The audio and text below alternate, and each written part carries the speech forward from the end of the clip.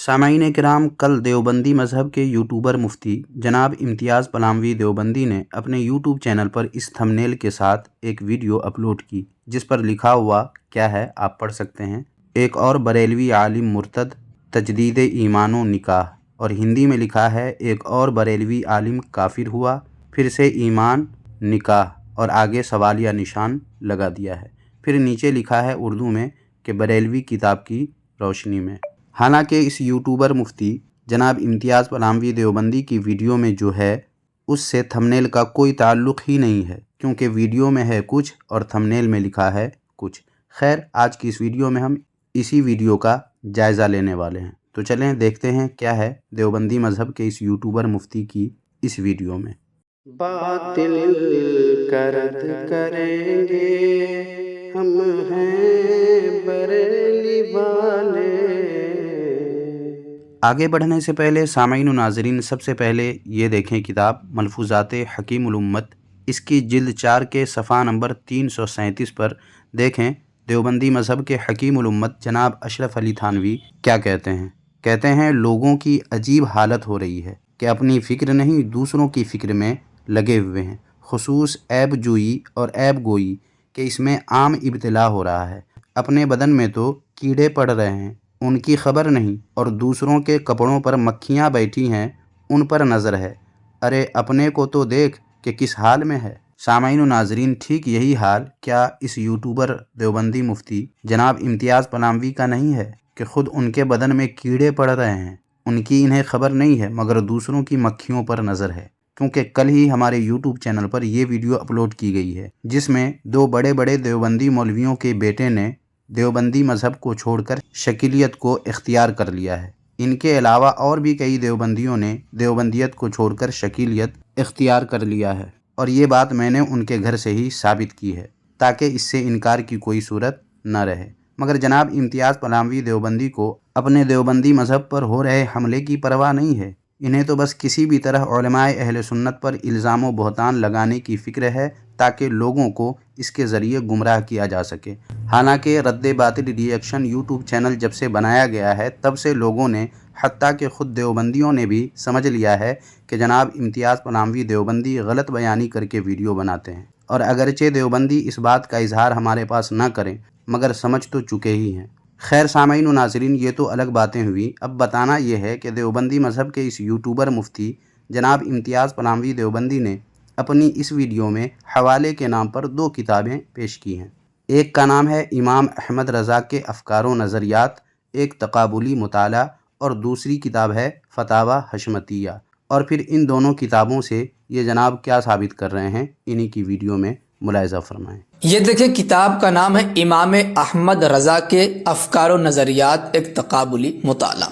اس کتاب کے مؤلف اور مصنف پروفیسر غلام یحییٰ انجم صاحب جی، بریلویوں کے مشہور بھی ہیں، مقبول بھی ہیں عالم، ماہر رضویات پروفیسر محمد مسعود احمد، کراچی سندھ اسلامی جمہوریہ پاکستان۔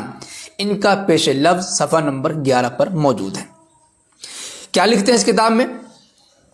کتاب کا صفحہ نمبر ہے 288۔ اس کتاب میں تذکرہ کرنا چاہ رہے ہیں کہ حضرت شاہ ولی اللہ محدث دہلوی رحمۃ اللہ علیہ کے جو عقائد و نظریات ہیں، ان کے عقائد و نظریات کے مطابق علماء دیوبند ہیں یا بریلوی، یہ ثابت کرنا چاہ رہے ہیں کہ ان کے عقائد و نظریات کے مطابق بریلوی ہیں، دیوبندی نہیں ہیں۔ اس کے ثبوت کے لیے دیوبندی عالم کا حوالہ پیش کیا ہے، لیکن جو الفاظ استعمال کیے ہیں ان الفاظ پہ آپ غور کیجئے گا اور بریلی مذہب کے مفتی کا فتویٰ آپ سماعت فرمائیے گا۔ اس سلسلے میں اپنی ذاتی رائے قائم کرنے کے بجائے بہتر ہوگا کہ ایک مستند عالم دین کی تحریر پیش کر دی جائے۔